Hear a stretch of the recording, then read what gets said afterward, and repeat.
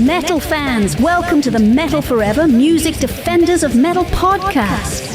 This is a podcast dedicated to defending the true metal faith, interactive show segments, interviews, tours, and metal music discussions. Now let's get on with the show.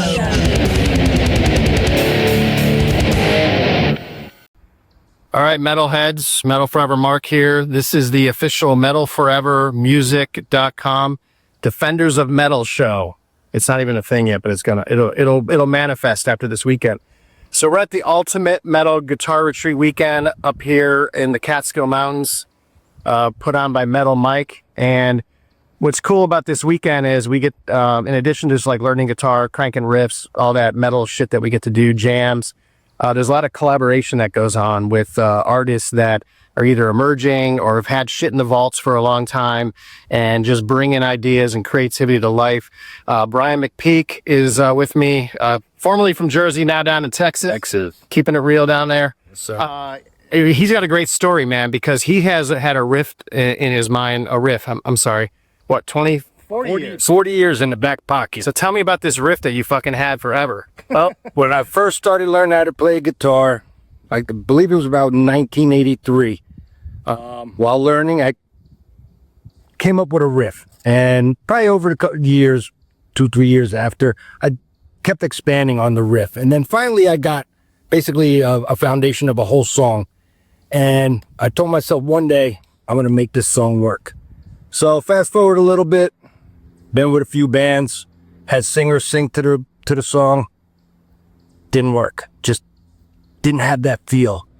So 2020, I started taking guitar lessons again to learn how to play leads with Paul Crook. And I would just play this as a warm-up. And he one day just said, hey, let's record this. You can use it as a backing for your leads or whatever. So, got it all down on track, and saw Ripper on his Facebook page say, hey, hit me up if you guys, want a guest spot or whatever. And so I reached out to Tim Ripper Owens, and he was gracious enough to say, okay. Well, I sent him the music file, no lyrics, nothing. And his reply was, where are the words? I said, I don't have any. I said, I'm not a songwriter. I said, that's your profession. So fast forward about 3 weeks later, I open up my email and it says, hey, song is done. Killer. So got the files, went back to my teacher, and told him, I said, I got lyrics to the song. And he's like, get out of here. So he was thinking I found maybe somebody locally. And I explained to him it was Ripper, and he was like, wow. So being the profession that he's in, he introduced me to John Michelli, which is the drummer for Meatloaf 30 years and also does Brian May solo stuff. He got him to play drums on my song. Danny Miranda played for Queen with Paul Rogers, played in Meatloaf as well, and plays currently for Blue Oyster Cult. Got him to do bass. So basically, I'm surrounded by 3 professional musicians to complete my song, and it exceeded my expectations. It came out way better than I anticipated. And the whole thing, I gotta backtrack a little bit, is I gotta give credit to Troy Yates. He was the inspiration behind doing this song, because when I first came to the Ultimate Guitar Retreat, I didn't know anybody, and Troy played Iron Beast. And when he played that, I was like, dude, how did you do that? You got Stu Block to sing on, and he's like, dude, I just did it. I said, well, I got this riff that I have for 40. He's like, well, you got to finish it. Get off your ass and do it. And you know what? I did it. And so with the help of Troy, I completed my song, and I'm happy. So I have some ideas for a second song. I'm looking to probably use Ripper again.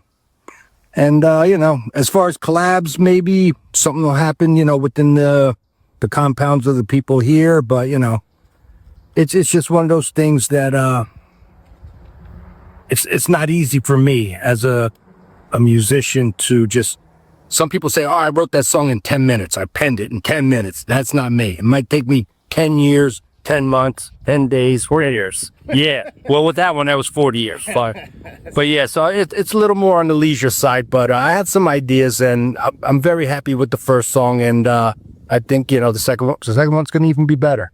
Yeah, so I mean, we're coming up on the year anniversary pretty much. We got the track being released, and what's been interesting, it's kind of almost got a little bit, taken a life of its own in the social media sphere, and we haven't even really promoted it. So maybe after the year anniversary, we'll do a little more to try to get the word out on this song, because it is a killer song. Again, classic, rooted, traditional heavy metal. Like you said, Ripper did an amazing job with the vocals and the lyrical content. And I guess just, like you mentioned, being inspired by Troy and what Troy was able to do with Stu Block, it's like you got this idea on the shelf, you got to get it out into the world, because once it goes into the world, you never know what's going to happen, right? And like you said, this has opened other doors. It's got you some exposure, but it's just been something you've been wanting to do for a long time. So it doesn't matter if you end up playing Madison Square Garden one day with this sound. And we jammed it last year. That's right. We played it live, and that was great. And Metal Mike played on it. Yes, sir. So there you go. But it just goes to show that ordinary people like us who have dreams, can accomplish. Maybe 40 years ago, I didn't have the avenues or the connections to do that without, spending lots of money. But here today, this day and age, you have an iPhone, you have software, a couple people, you could do whatever you want, man. You're going to have a studio in the woods like we're doing out here. Anything is possible. And when it's done, like I said, the feeling that I got when I first heard that completed song was beyond me. It's on Spotify. Video song is on YouTube. It's on. What do you search if I go on Spotify? Just look up me personally. It's Bryan McPeek, BryanMcPeek. Song is called "Death It Calls." It'll pop up on Spotify, Apple Music, Pandora, global streaming, and I do have a video with Tim on YouTube. And Tim's been gracious too. He's been putting out little stuff for me for promoting and stuff like that. But I'll tell you, Tim is a great guy. He's a great guy. That's all I could say. And I mean, true fan to heavy metal, true professional, or again, helped you bring this to life. And if you're a fan of just classic, traditional heavy metal, I'm telling you, you'll love this track. I mean, the first time I heard the riff, I was like, this is killer. And it's 80s vibe. When you all sent me that Ripper version, I was like, okay, you guys nailed it, right? So, yeah.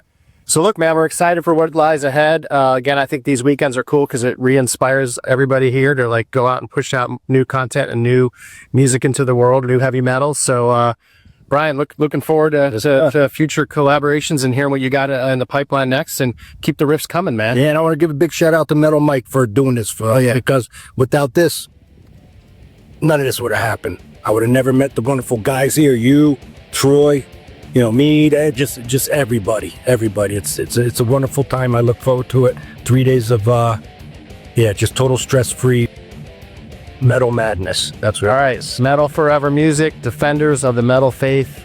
Keep it heavy.